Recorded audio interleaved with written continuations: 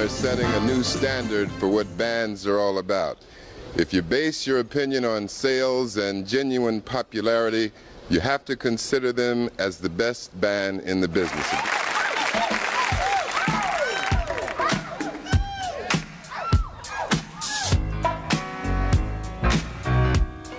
Very much for joining us. I have introduced the Wilson brothers. Would you introduce me to your other friend? People, it's your boy Mac live on location.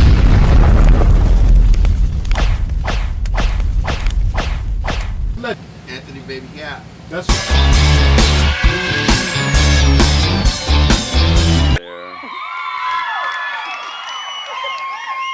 That's Baby Gap.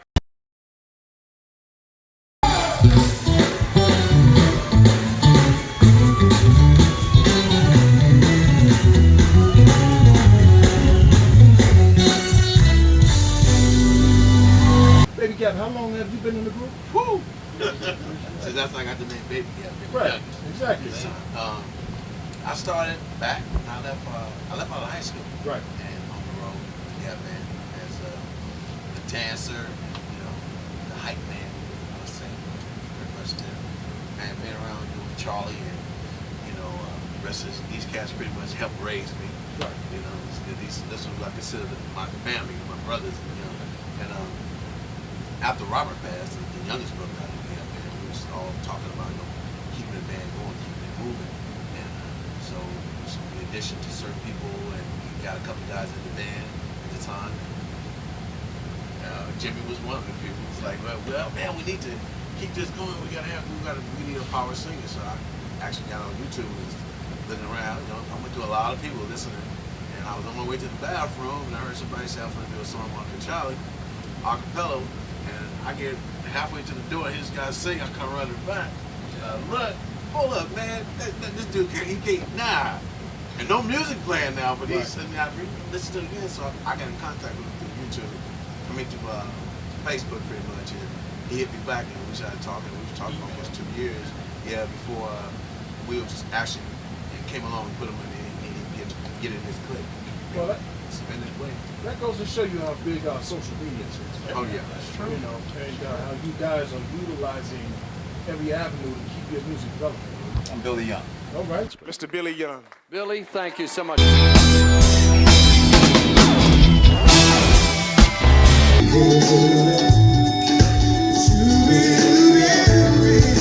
about it, brother. Oh, well, I was playing, I started playing, you know, when I was really young, about 6 years old. I started playing in the church, and I was doing these Church of God in Christ conventions and whatnot. I met this guy named John Black. When I was about 13 or 14, I was playing for him and his sisters. And come to find out, when Gussie got in Oliver, when he got in the band, there was another keyboard player named John Black.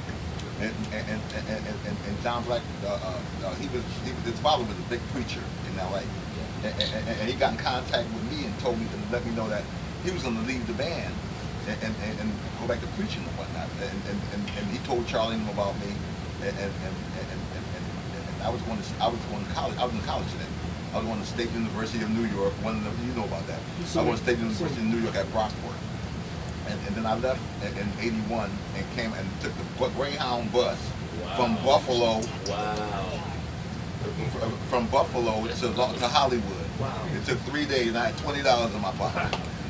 That's determination. And when I got off the bus, this guy named Earl Robertson, he was one of the sax players. He took me over to the studio, and Charlie, Ronnie, and Robert was there. And Charlie said, "Come in the back." I went in the back, and he said, "Sit down and play." I played for about 60 seconds. He said, "That's it. That's it. You're the guy." And that was a blessing. And that was in 1981. And then the first person I actually met, other than the brothers, was Jimmy Megan. He rode up on the Harley Davidson motorcycle when we were going to rehearsal and whatnot. And then I met Gussie and Calhoun. But the person I got the closest relationship with was Baby Gap. And me and Baby Gap, we just became like he was the shoe and I was the boot, and we would actually wear that out in public. And in 1985, we was the first and the only spin-off band from the Gap Band. We did an album called Billy and Baby Gap that Charlie Wilson produced, and it did pretty well, but for political reasons, it was shelved. We won't go into that right now. but just the idea. I mean, because I was constantly playing with Calhoun and Terry and Baby Gap, and was constantly around these guys.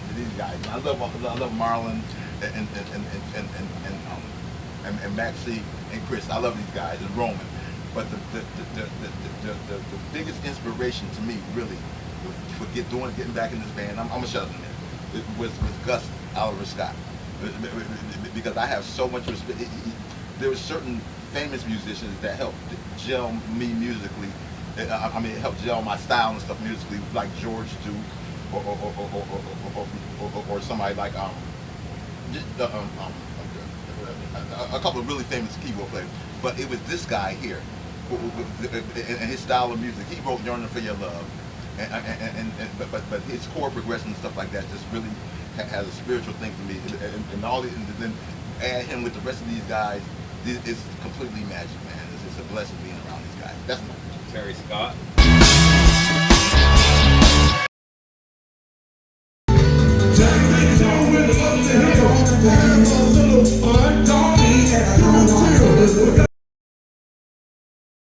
top rock.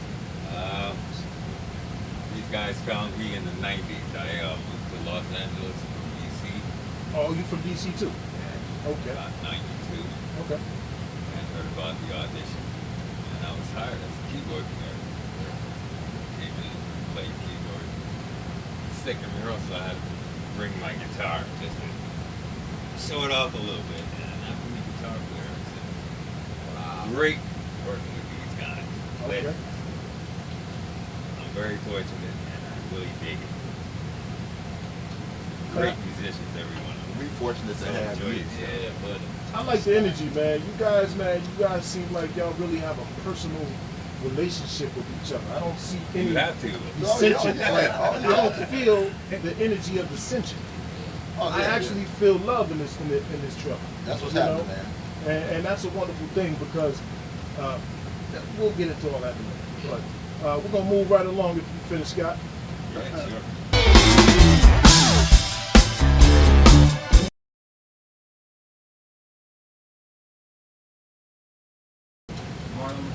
Okay. The Mark. Back guitarist. And I actually go back from meeting the Gap band actually in the early 70s. So I was in a band called Pleasure. We both recorded at Total Experience Studio. So I go back from that part of understanding music. And then Raymond and I have been friends for a long, long time. And I got a call from him, unfortunately, when the guitarist he was making it pass. And Raymond asked me if I could play.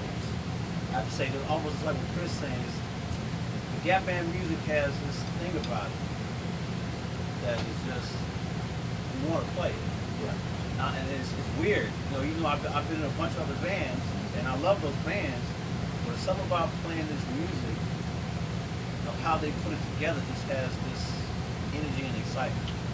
So whenever I'm on stage, no matter where we play at, whether it's a small club or a big stadium, that part of being on stage and playing it just feels the same. It's weird. So I love it from that aspect. It's just been such a... Appreciate the history, man. I mean, you have to understand something. You can never put a time limit on history, man. Right. I mean, you know, this is stuff for the archives. Right. You know, a lot of young cats can't get this. You know, Google it, it probably won't pop up. Right. Because you guys been around before the, you know, things were viral. You know, but like once again, that going back to you know, the internet and how pertinent and vital it is.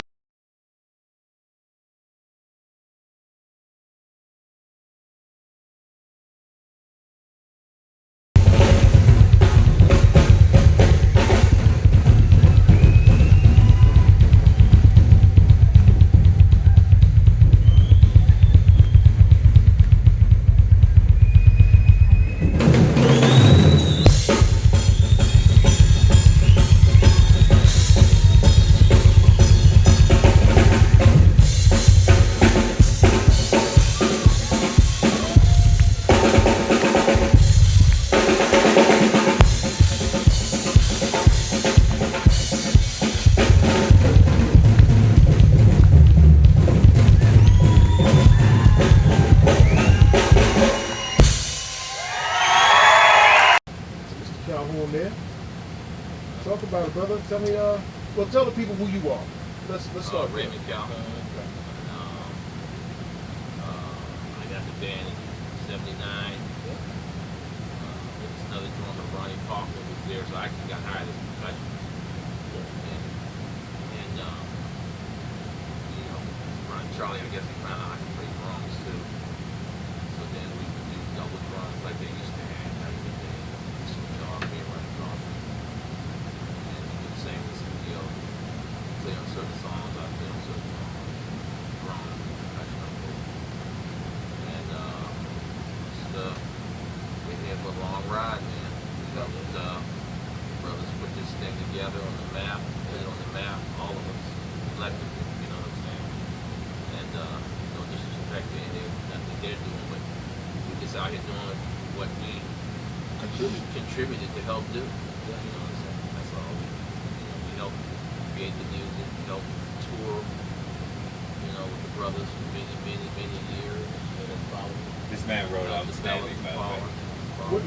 Who wrote Outstanding? Calhoun. Oh, okay, all right. I mean, that's a big accomplishment, man. That's a Talk gang about that. champion. You know, I remember that when I used to party back in the days in young. No, but you know, Charlie, it was like this. That was the first song I ever wrote, and Charlie gave the opportunity. Charlie said to all of them, anybody can wrote a song. Yeah. He always said, if you want to make money, you gotta write some songs. And I took that in my mind like, shit, I'm gonna write something. Well, for your first song, man, that was a hit, bro. You know, the money on the road wasn't that great. I ain't no lie. You know, it wasn't that great, so I had to support the family. I said, let's just write something and try to get on the album. That's all it was to me. Just try to get a song on the album. Lottery ticket. There you go. And God bless me, you know, all have big examples for Jesus. But you know, like I said, we gonna go strong with this, man. Flip the name, Gap Xperience to Gap X, the band, because you know that's realistically, if you think about it, that's exactly who we are. The Gap, the X, band.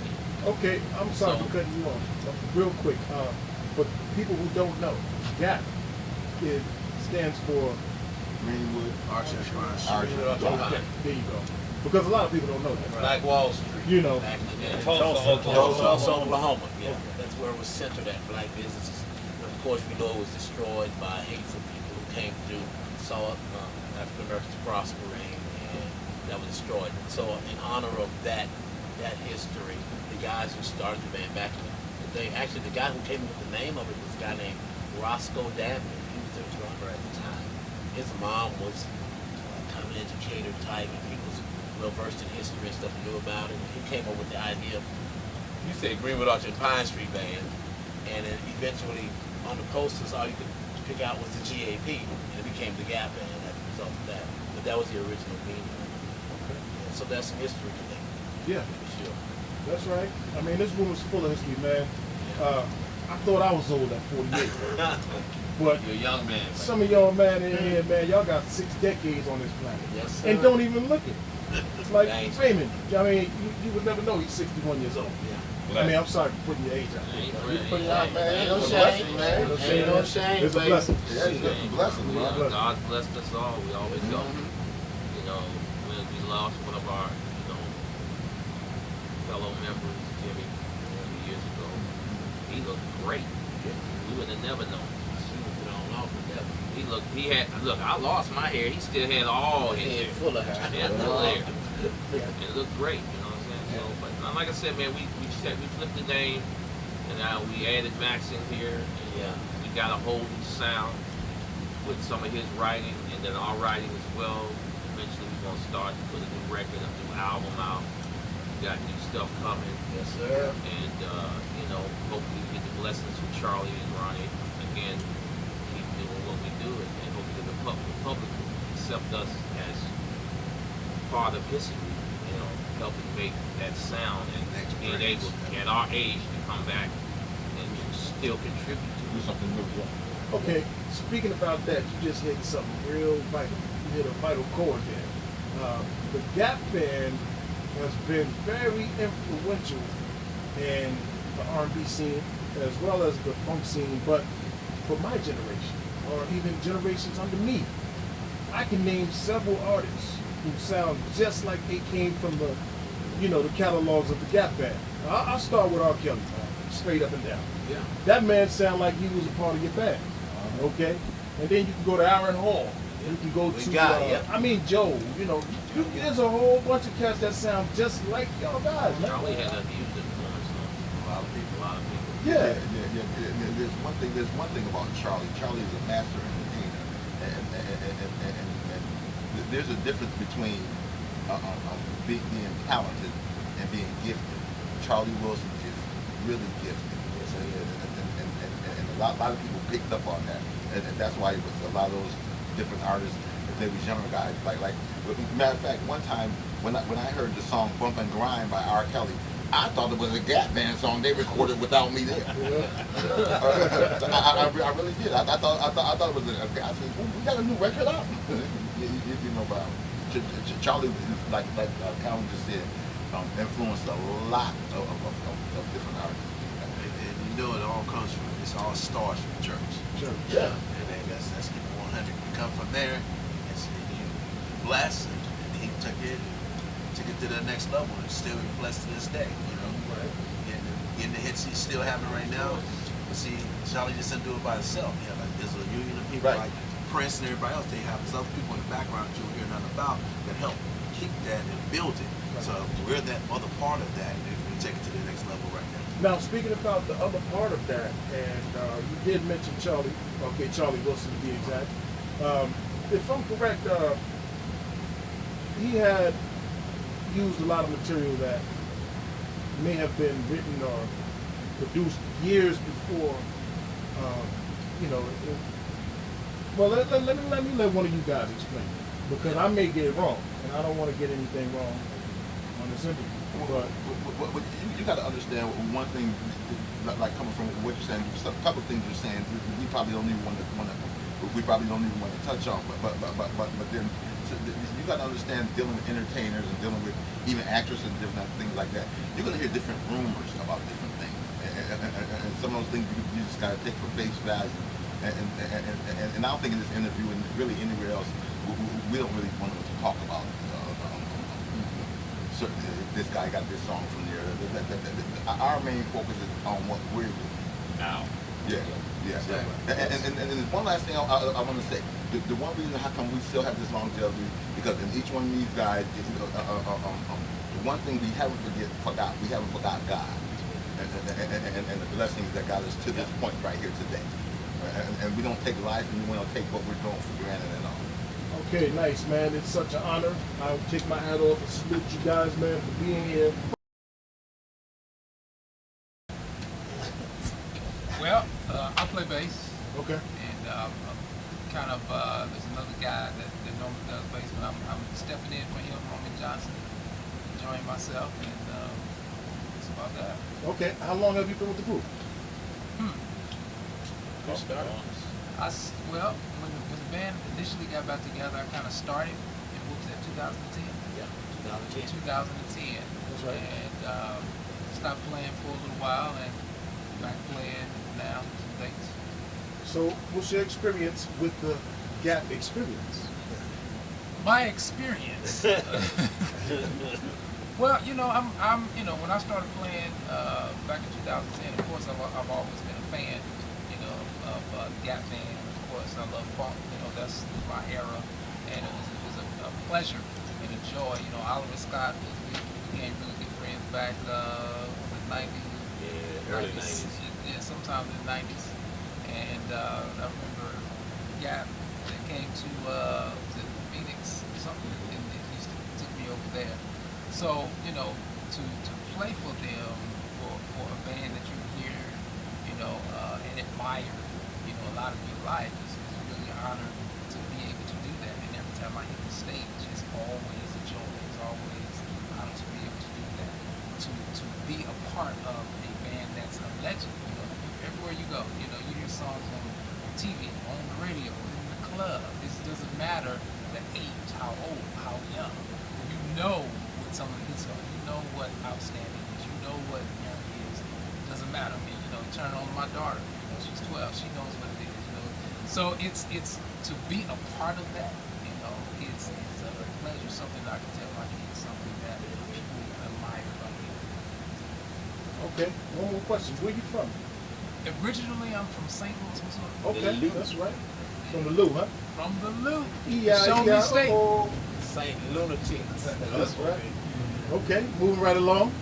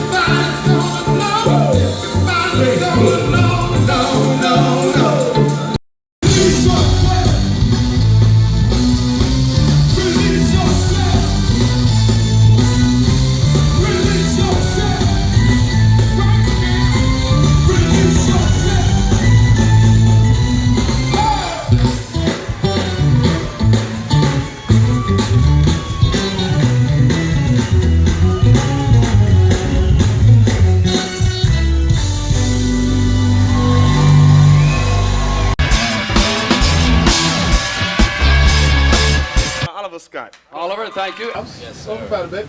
Yeah, I'm Oliver Scott. And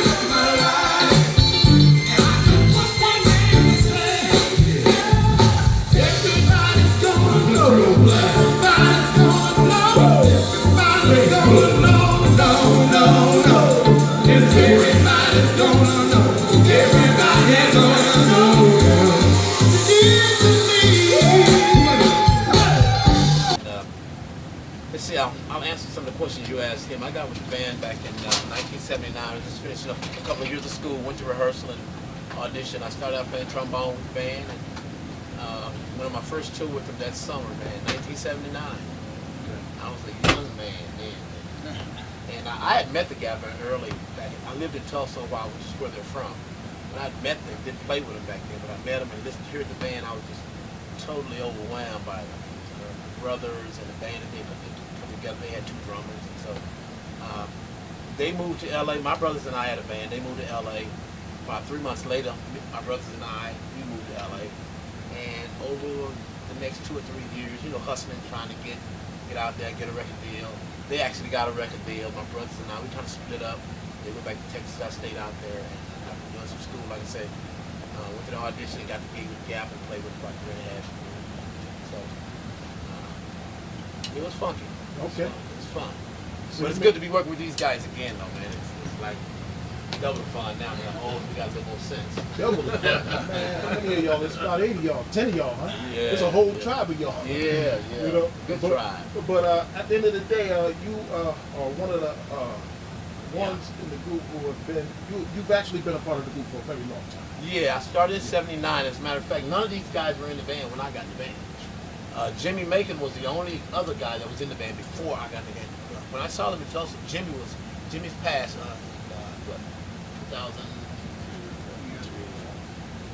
2016. He was a guitar player, and Jimmy was in the band when I got in the band. He was in the band when I saw them in Tulsa. And then 2 years later, when I got in the band, he was still in the band. So other than that, I got in the band before all of these guys. And that first year when I went on tour with them, I think Raymond and Billy was added, Big Gap, Fellas.Terry came along. So yeah, I've been around a while. Okay. We're gonna keep it moving right along, but I'm gonna get right back to you in a minute, though. Okay. All right. So talk about it. Who's the newest? Well, Chris is probably the newest, but our lead singer, Charles Maxey.